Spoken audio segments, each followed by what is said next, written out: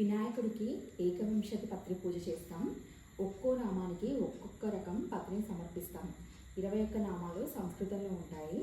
ఈరోజు నేను కొన్ని పత్రాలను కలెక్ట్ చేసుకున్నాను రేపటి పూజ కోసం. అవి మీకు చూపిస్తున్నాను. కొంచెమన్నా ఇన్ఫర్మేటివ్గా ఉంటుందనుకుంటున్నాను. మీకు కూడా మీకు దగ్గరలో ఏమన్నా దొరికితే కలెక్ట్ చేసుకోవచ్చు, ఈజీగా ఉంటుంది. ఏకవింశతి పత్రాలు అంటే 21 పత్రాలు. 21 పత్రాలకు 21 నామాలు ఉంటాయి. అవి చదువుతూ ఆ నామానికి సంబంధించిన పత్రిని పూజించాలి. ఇక్కడ నేను కొన్ని పత్రాల పేర్లు చూపిస్తున్నాను మీకు. ఓం సుముఖాయ నమః మాచీపత్రం సమర్పయామి. ఇది చూడడానికి చామంతి ఆకులా ఉంటుంది. ఓం గజాననాయ నమః దుర్వాయుగ్మం సమర్పయామి గరిక.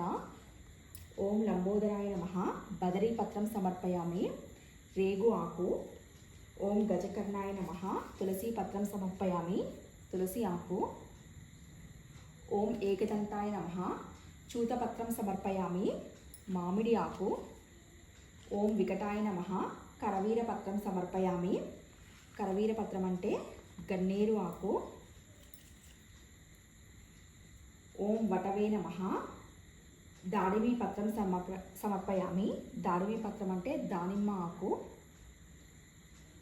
ఓం హేరంబాయ నమః సింధువార పత్రం సమర్పయామి. సింధువార పత్రం అంటే వావిలాకు. ఓం శూర్పకర్ణాయ నమః జాజి పత్రం సమర్పయామి. జాజి పత్రం అంటే జాజి పువ్వు యొక్క ఆకు, తెల్లగా ఉంటాయి జాజి పూలు. ఓం శిరాగ్రజాయ నమః గండకీ పత్రం సమర్పయామి. గండకీ పత్రం అంటే ఇది ఏనుగు చెవిలా ఉంటుంది ఆకు. ఓం వినాయకాయ నమః అశ్వత్థ పత్రం సమర్పయామి. అశ్వత్థ పత్రం అంటే రావి చెట్టు యొక్క ఆకు. ఓం కపిలాయ నమః అర్కపత్రం సమర్పయామి. అర్కపత్రం అంటే తెల్ల జిల్లేడు యొక్క ఆకు. ఇవి నేను 12 ఆకులు అయితే కలెక్ట్ చేసుకున్నాను. మీకు 21 పత్రాలు దొరికితే వాటితో చేయండి. దొరకని పక్షంలో కనీసం 11 పత్రాలతో అయినా చేయండి. అవి కూడా దొరకకపోతే మార్కెట్లో పత్రి అమ్ముతూ ఉంటారు, వాటిలో అయితే సరిగా ఉండవు అన్ని ఆకులు. ఆ పత్రి తీసుకొచ్చి పూజ చేయవచ్చు. వీటితో పాటు నేను ఇంకా కొన్ని ఆకులను అయితే కలెక్ట్ చేసుకున్నాను. మొత్తం 21 రకాలు. వీటితో రేపైతే పూజ చేస్తాను.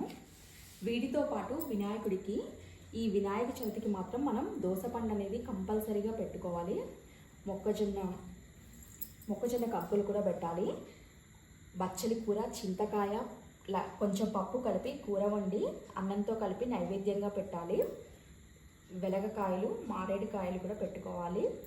వినాయక చవితికి పాలవెల్లి కంపల్సరీగా పెట్టాలి. పాలవెల్లి కిందనే మనం వినాయకుడిని ఉంచి పూజించుకోవాలి.